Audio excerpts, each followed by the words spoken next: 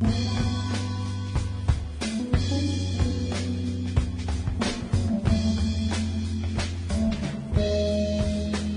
everybody, welcome back to the show. It's Anti-War Radio. Our first guest on the show today is Sheldon Richman. He is the editor of The Freeman. He keeps the blog Free Association. And you can read his latest article at thefreemanonline.org. Can America afford an empire? Too late to heed Madison's warning? Welcome to the show, Sheldon. How you doing? I'm doing fine. Great to be back with you. Well, I appreciate you joining us today. Is it too late to heed Madison's warning? Kind of seems like it's 2010 already. Yeah, I don't know if that was a rhetorical question or not. I haven't figured it out myself yet. But I guess just to ask it is to at least get people wondering. Yeah. Is it too late to pull all this back? As you point out day after day, and your guests like to point out, there are a lot of interests that are deeply entrenched who don't want to see it change. So that's who we're going up against. Yeah. Tough job, but we're going to do it. Yeah, well, I think I read my favorite Gary North article of all the other day at LouRockwell.com, where he said, meet the evil secret conspiracy that controls America. It's the American people who insist that things remain this way. Yeah, I think there's some public choice considerations there. People are busy with their daily lives, making a living, raising their kids, trying to get them to schools and stuff like that, and those are the things that their efforts really can have some impact on, right? They can really make some change in those little micro things. But they seem to sense that in the big things, what can they do? They have one vote. If they go outside and shout, "I'm mad as hell and I'm not going to take it anymore," what does that do besides maybe we make them feel a little bit better for a moment? So they naturally turn to those micro things and leave those big questions alone because they feel powerless. Part of it, I think, has to do with that, which then makes them, complicit in all this because they don't feel they can do anything about it. Yeah. Well, and it seems like to a great degree, when they do care about it or know about it, they only know enough to be for everything that's wrong. Well, that's right. They're easily scared. I mean, Mencken pointed out that the key to politics was to keep people scared with hobgoblins, real and imagined, so that they'll rally around the government and the politicians and look for safety in them. And people just, I guess, feel, how am I supposed to know what's going on? There's stuff they won't, they don't even tell me about, so how can I possibly make a decision about this? And it takes a rare person to exercise that skepticism that some of us have and say, wait a second. I'm not buying it. Show me some evidence. Most people don't want to do that. Again, there's every incentive not to think about it. Charlotte Twite did a great book a few years ago. You probably should interview her. She was actually a student in some senses of Robert Higgs, a good friend of yours. She wrote a book called Dependent on D.C. a few years back, which is a very good book. And in that, she shows how government is able to increase what she calls the political transactions cost. And in economics, we have transaction costs. Those are the expenses you undergo to, find a person who you want to trade with and oversee the transaction. Those are little extra costs that you don't incur when you do something yourself. She says the same thing occurs in politics, and the transaction cost would be keeping government doing only the few number of things that most people would want them to do, and monitoring the government, making sure that's all it's doing. And then protesting somehow if the government goes beyond all that. Well, that's all very costly. First of all, it's costly intrinsically because, like I said, people are just too busy with their own lives. But the government has a myriad ways of making it even more costly. So every act of secrecy is an act of increasing the transaction cost. It means we don't know what the government's doing. How can we protest if we don't even know what it's doing? Stuff like that. So she goes through historical examples of how government makes it more expensive for us to, number one, know what it's doing, and number two, for us to do something about it, even if we figure out what it's doing. Right. Well, and most of us can't think of anything to do except write articles and do a little pirate radio show or something. Well, that's right. And there's a term that came out of a guy I'm not a great admirer of, Herbert Marcuse, who was a Marxist scholar. But a term that when I used to hear it in my college days thought was nonsense, but now I think is not nonsense. And the phrase is repressive tolerance. we might wonder, we think back to World War I, and Eugene Debs went to prison, right? He was sentenced to 10 years in prison for giving an anti-war speech or an anti-draft speech. Luckily, he was freed by Warren Harding. These days, no one's getting put into jail, I guess, unless I haven't heard about it. I would hear about it on your show, I guess, just for speaking out. All right? I mean, look, you're doing it every day, and you have guests on who are doing it every day, and antiwar.com is constantly posting articles that are critical of war. So far, the government's not cracking down on that. Now, I think the reason is if it lets all this stuff be aired, it's kind of like it's letting steam escape. It's like a valve to let steam out so the thing won't blow up. Right. So in other words, if they tried to shut us all up, that would bring maybe a revolution. So it's repressive tolerance. See, that's the point of Mercosur was getting at. They're repressing us through tolerance of our dissenting speech. Right. Yeah, I love that, the whole counterproductive nature of my work. You're right. No, it is like that. Remember that old documentary, that old mini-series from the 1980s where it's America, but it's spelled with a K, and it's about the Soviets and the New World Order taking over America and the UN and whatever. And that's what they do, is they let the angry young males have a punk rock show and scream and yell and mosh every once in a while and get it out of their system. And that's part of the Soviet policy for controlling the American people, The metaphor is pretty ham-handed, but maybe it needs to be, So you and I are unwitting tools of the empire. See that? Yeah, that's right. Yeah, every time that I debunk the lies about Iran's nuclear program, all I'm doing is helping make it an issue. And, I don't know.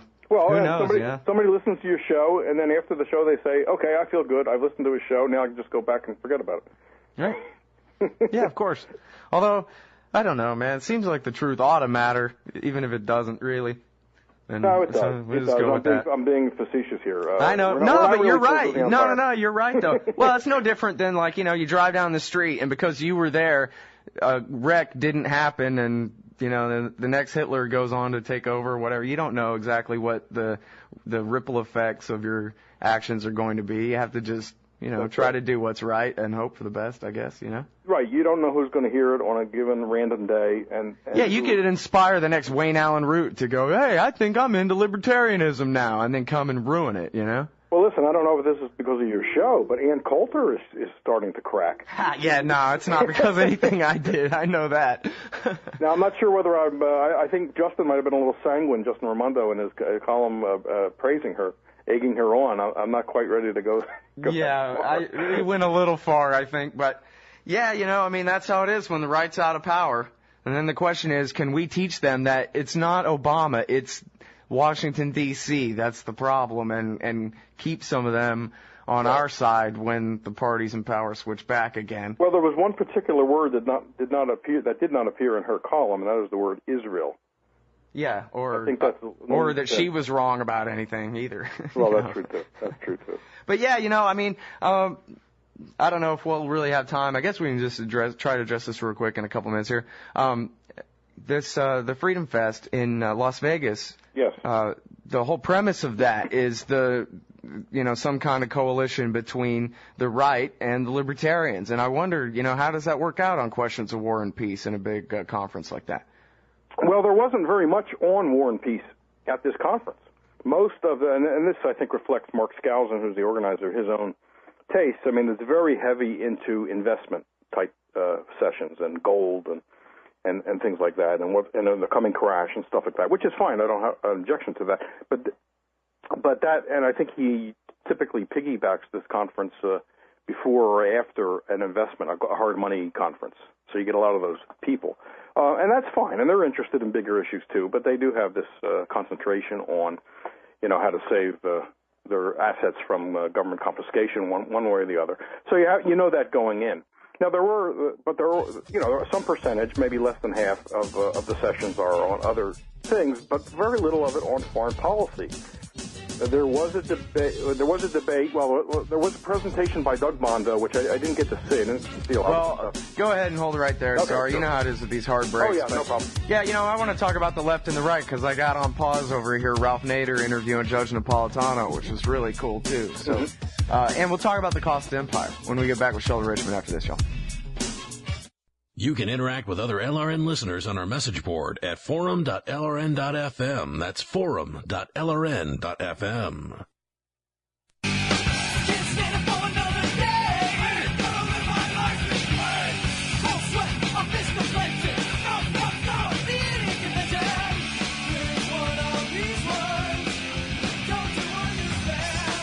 All right, y'all, welcome back to the show. It's Anti-War Radio. I'm Scott Horton. I'm talking with Sheldon Richman. He's the editor of The Freeman. You can find their website, thefreemanonline.org, by typing thefreemanonline.org into your web browser. All right, Sheldon, we were talking about the right and the libertarians. You were at this Freedom Fest conference. You say it was mostly about gold and that kind of thing. But then when the questions of war and peace come up, I guess let me try to refine the question a little bit, which is there any progress in getting these right-wingers to adopt more of a paleo anti-war position or more of a libertarian position rather than continuing on with whatever Bill Kristol wants them to go along with? I haven't been going to Freedom Fest year to year, so I can't compare. I can tell you that there was a presence. Dan McCarthy of the American Conservative was there. And as a matter of fact, in the package, everybody, all registered participants received. They got a bag with some, goodies in it. There was a copy of the latest American Conservative, the August issue, which has a cover story about will the Tea Party turn pro-peace. I forget the exact title, but that's the gist of it. Mm-hmm. That was very good timing. So Dan was around, and there were a couple of sessions. Doug Mondo did give a talk on foreign policy. I didn't sit in a lot of this stuff, so I can't tell you what was said, but we know Doug.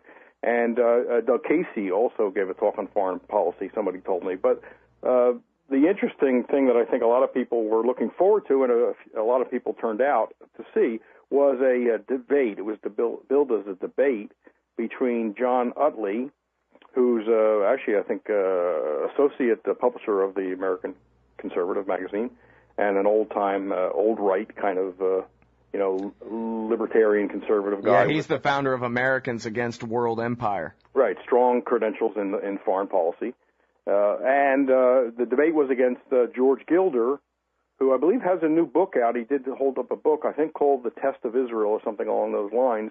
And I have to say, he gave the most appalling talk I've ever heard on any subject anywhere. That's pretty bad, right? It was really bad. It was a non sequitur to begin with, and then it was totally absurd after that. The first half of his remarks were about how all the wonderful things Jews have invented, the Jewish people have invented, great, but of course that left in my mind the question, what's that got to do with Israel? And I accused him in the Q&A of violating Bastiat's admonition that we look at the unseen, namely the Jews would have been inventing these things somewhere else if there hadn't been the Israel statehood movement, which has created so much problem. And he didn't get that point. He then made the statement, and John, of course, made a good presentation about how the Palestinians have been suffering and so on, and various other little facts that he threw in. But Gilder made the statement that there have been no atrocities against the Palestinians, and I am quoting him verbatim: no atrocities. He didn't say they were exaggerated. He didn't say they were provoked. He said no atrocities. All right. So now we can see there's a real problem here with the right wing, the nationalism, the neoconservative movement that continues to dominate the discussion of foreign policy in the minds of so many of them. Of course, Rush Limbaugh toes the neocon line on virtually all this. And we've talked about this before, I guess, what we need to do, because there are more and more right-wingers. I mean, I see them on my Facebook page and yours saying, I used to be a right-winger until I started listening to you, and you make more sense than them, and that kind of thing. So there's anecdotal evidence that it's possible there. And then, of course, on civil liberties and on empire, we already have allies among, at least the left, if not the liberals, at least, the progressives and the real leftists. And it seems like, the uphill battle that I'm fighting, because I know that we can't win everybody over to libertarianism, but I wonder if we can kind of help to realign the two-party debate. Instead of being between liberalism and conservatism, whatever that is, it's all just a bunch of statism and warfareism mostly. Maybe we can try to make the argument much more of a Jeffersonians versus the war party kind of thing, and where we really do have this kind of Nader-Napolitano alliance. You know what I mean? Well, I agree with you, and I think I would not give up on it. I think there have been signs of progress. Anyway, there was that conference some months ago, and you interviewed a few people who attended that. I think it is definitely worth doing it. And sure, we have to tailor the appeal. I mean, the piece I did on the fee site the other day, which I think was the main reason you invited me on today, was to talk about the fiscal aspects of it, and that's going to appeal to some people that other approaches, won't work in that direction. But we need to invoke people like, the old right types, John C. Flynn and Garrett, and I mentioned, Robert Taft, and because that'll at least get people listening. They'll say, okay, this is not just coming from, commie pinko sources. This is somewhat safe. I can listen to this. Okay, like maybe they'll put their armor down for a moment, or their force field, which is intended to repel anything that they think is coming from, quote, the left, and they'll begin to listen. And I think that is worth a try. There are enough people on our side who can talk to people who up till now have been strong pro-empire types. So we have to keep at it, and your show is very important, I think, for that. Well, thanks. I wish it was. It's supposed to be. It's the most important thing going on right now. I was telling your colleague Angela Keaton the other day, who was at the Freedom Fest, and I've probably said it so many times I was probably making a nuisance of myself, but this is one of the high points of the freedom movement right now. Your show, and then of course the website too. But the show is very important. Wow. Thank you very much for that. It means a lot to me coming from you, especially. And so now let me give you just the last couple of minutes here to talk about that financial aspect. The cover of the Freeman, this issue has a picture of the riot police in Greece, and I guess there's another piece in the same issue asking the question of whether we're headed that way, and you bring that up in your article too. We're kind of at a financial breaking point here. What's it going to be? We're going to give up all the social welfare programs for the poor first, or we're going to give up the empire? Well, that's the important thing. Of course, we want to start cutting all that stuff, but this should at least focus the attention on the fiscal hawks, right? The deficit hawks. We need to broaden their horizons so they're willing to look at I was going to say the Pentagon budget, but as Robert Higgs teaches us, and I link to it and discuss his point, it's not just the Pentagon. There's so-called defense spending, military spending scattered throughout the federal department. So if you put it all together, you get more than the $600 billion or $700 billion that the Pentagon is spending. Right, because the Energy Department controls the nukes, et cetera. Right, you have well over $1 trillion, and so it's $1 trillion. Let's put it this way: it's like $1 trillion gorilla in the room. If we're going to talk about the coming fiscal crisis, and the possibility that the government won't be able to pay its bills, isn't that a terrible thing to think of? How can we ignore the $1 trillion gorilla sitting right there in the corner of the room, namely so-called defense spending, which is not defense? And that should give us an opening with a lot of people who wouldn't be listening if the budget looked like it was more or less in balance. They wouldn't be listening to this. Yeah. So I think we have a shot. Yeah. Well, as George Bush Sr. would say, not about this issue, but it's the prudent thing to do, to roll back your empire deliberately instead of watching it collapse all around you. Absolutely. And that will not make us safe. With it. That will not make us safe to go broke. So that's right. The answer to the people who say, what about our safety? Right. All right. Everybody, that's the freemanonline.org. Thanks, Sheldon. You're great, Scott. Thanks.